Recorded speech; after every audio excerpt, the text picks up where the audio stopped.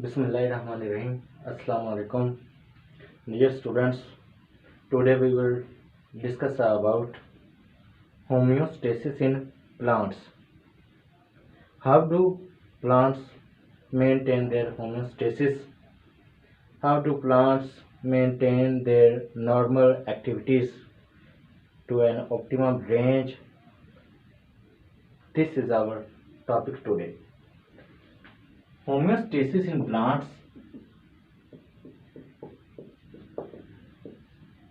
is done by various ways, by many methods very similar to the animals who maintain their homeostasis by a vast variety of techniques and methods.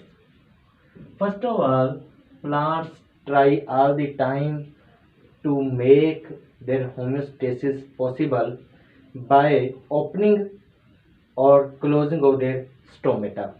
In particular, plants open their stomata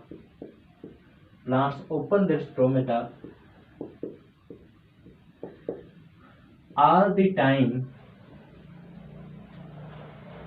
when it is day, more, and when it is night, less. It is not that plants close their stomata in the night. They keep their stomata open days and nights, but more in the day and less in the night. What is the reason? The reason is that plants carry out photosynthesis in the daytime. Plants carry out photosynthesis in daytime only, and this process requires the intake of carbon dioxide from atmosphere. To allow the carbon dioxide to enter into the plants need to open their stomata all the day long. And when the day gets over, when the day is out and night comes, it is not that now plant is not needing any type of gas, but actually in the night time plants need oxygen, because in the night there is no photosynthesis, but respiration is being operated in the plants. So for the process of respiration they need oxygen, and this oxygen is taken by the opening of the stomata. That is why plants also keep their stomata open, as most of the people believe that night time results in the closing of stomata, but it is a wrong belief. In night time, the stomata is also open for the intake of the oxygen, and because no photosynthesis in the night time, that is why carbon dioxide, which is produced by the process of respiration, becomes a waste, not a usefulness for a plant, and plant tries to exchange the carbon dioxide with the oxygen to maintain a normal level of the gases according to the requirement of the plants in it. Hence, plants make the homeostasis possible in them by the exchange of these gases by opening or closing of the stomata. Another way plants maintain their homeostasis is by the removal of extra water. Removal of extra water in plants is another way to make homeostasis in them, to maintain homeostasis in them. How do plants remove extra water which is waste for them? Because plants cannot go away from the source of water. When they are given water, when there is a lot of rain, when there is flood, they have to withstand the harshnesses of the environment. Too much of the water can enter into them, and they have to release as much water as is possible for them. Removal of the water in plants is done by two processes: transpiration and guttation. Transpiration is loss of water from the leaves. Guttation is also loss of water from the leaves. Now, what is the difference between the transpiration and guttation.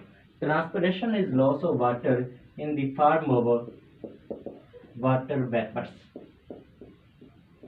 and guttation is the loss of water from the plants, from in particular the leaves of the plants, in the form of water drops. Guttation results in the release of water drops from the leaves, and transpiration results in the release of water vapors from the leaves of the plants.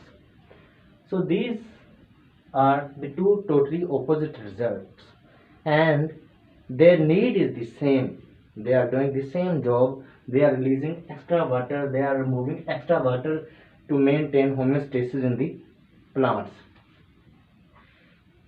Transpiration usually occurs in the daytime, because in the daytime there is more heat and there is more need of loss of water also to cool the plants.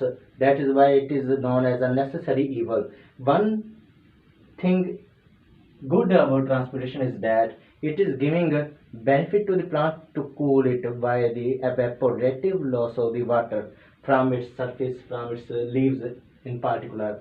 And guttation usually takes place in the night and in the after time of the night, usually in the morning time, when the plant is absorbing too much water, when there is too much water to the roots.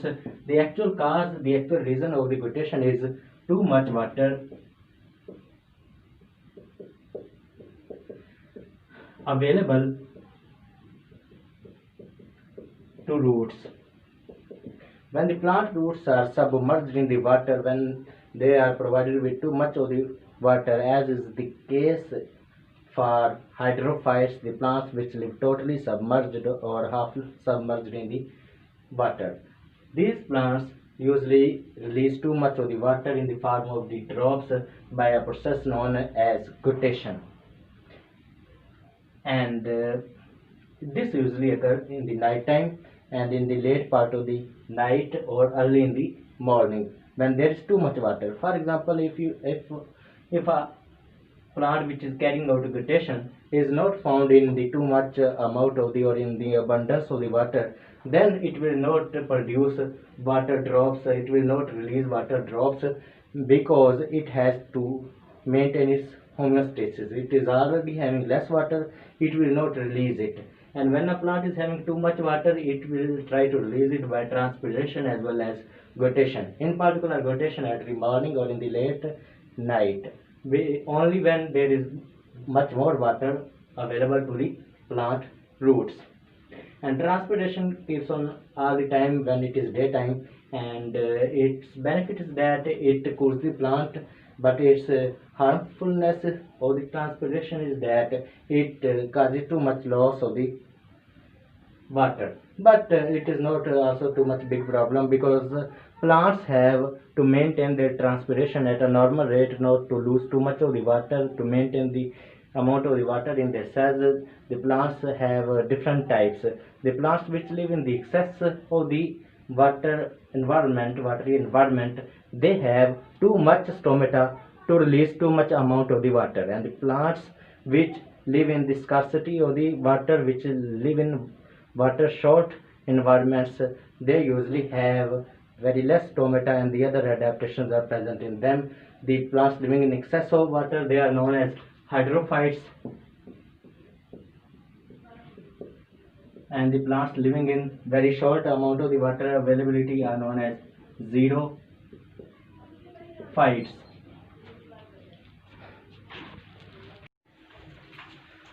Transpiration occurs in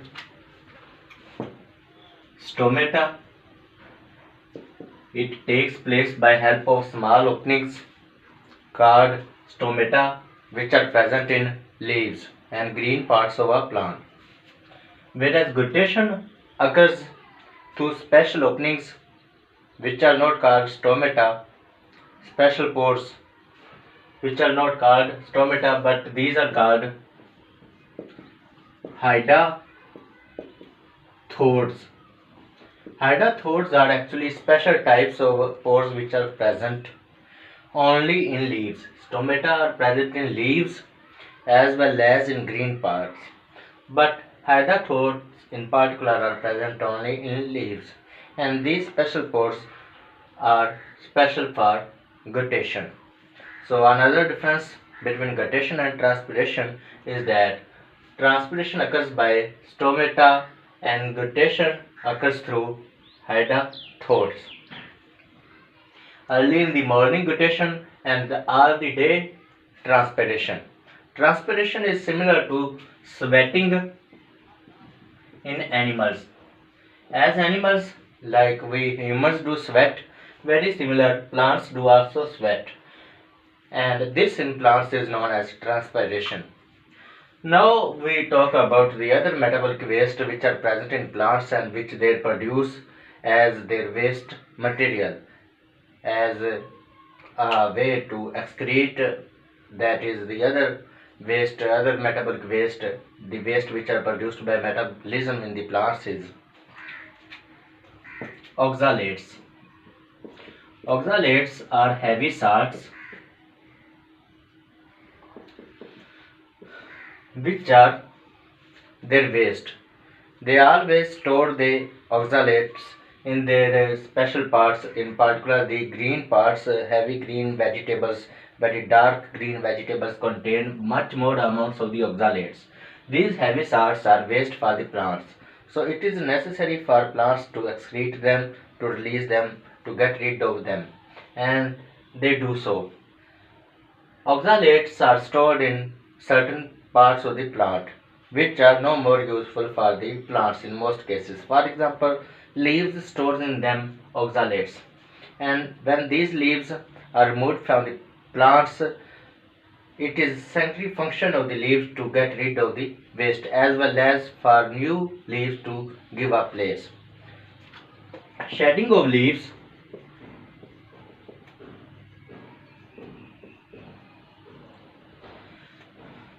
has two functions.